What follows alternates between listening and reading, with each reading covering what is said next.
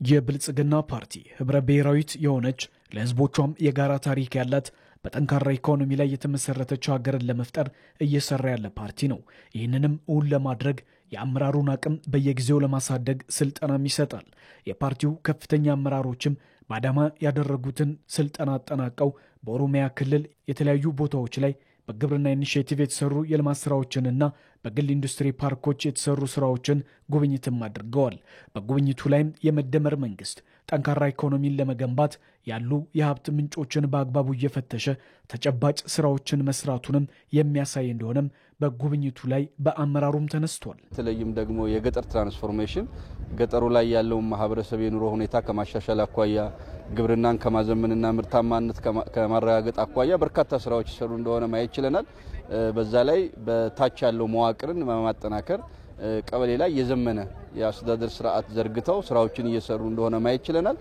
እዛ ተጨማሪ በሌማት ትሩፋት በአሳ ሀብት በሙዝና በተለያዩ ምርቶችም እንደዚሁ በርካታ ስራዎችን እየሰሩ እንደሆነ ማየት ይችላል።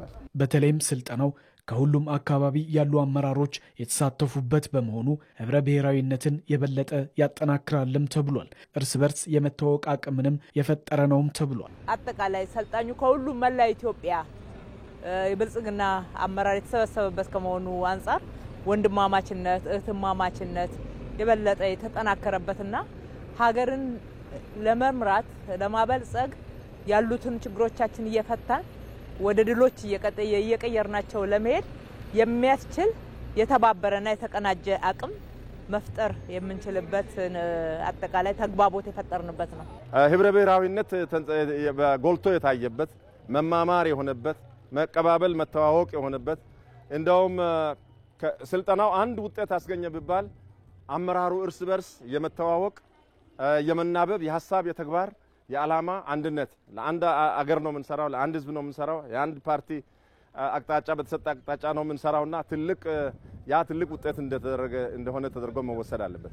በጋራ ጠንካራ ኢኮኖሚን ለመገንባት ልምድና ተሞክሮም ለመቅሰም እድል የፈጠሩ የልማት ስራዎችንም በጉብኝቱ ላይ መታየታቸውም ተመላክቷል። ለንተናዊ ብልጽግና ስናረጋግጥ አንዱ አድጎ አንዱ ወደ ኋላ ቀርቶ አይደለም ማለት ነው።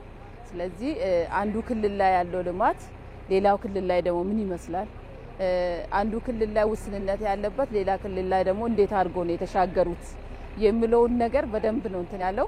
በተለይ የዘንድሮ ስልጠና ርዕሱ አንዱ እንደውም ቱሪዝም ፓርት ነበርና አቅሞቻችን ምን ይመስላሉ በየአካባቢው ያለው አቅሞቻችንን ለመለየትም በጣም ጠቅሞናል ማለት ነው። እኛ ወደኛ ክልል ላውን ብንሄድ ተቆጥሮ ማልቅ ሐይቆች አሉ። ስለዚህ ዝም ብሎ ከዚህ በፊት እንኳን በጥሩ ነገር ላይ አውለን ያላዋንበት ሁኔታ ስለነበረ ዳይሬክት ላውን ቅድም ስናየው ትልቅ ቁጭት ነው ያሳደረብን። የብልጽግና ፓርቲ የሐሳብ ጥራት ያለው ያለውንም በተግባር የሚፈጽም እንደሆነም በስልጠናው የተሳተፉ አመራሮችም አንስተዋል።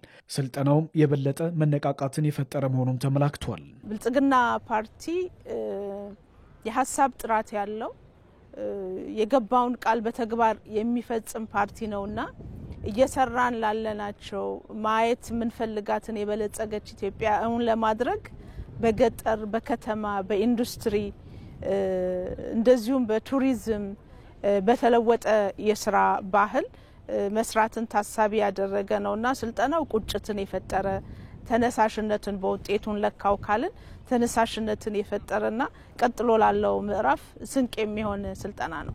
ሀገርን በጠንካራ መሰረት ላይ ለማቆም የሚደረገውን ጥረት የሚያግዝ የበቃና የነቃ አመራርን ለመፍጠር የስልጠና መርሃ ግብሩ አስተዋጽኦ እንዳለውም ተመላክቷል።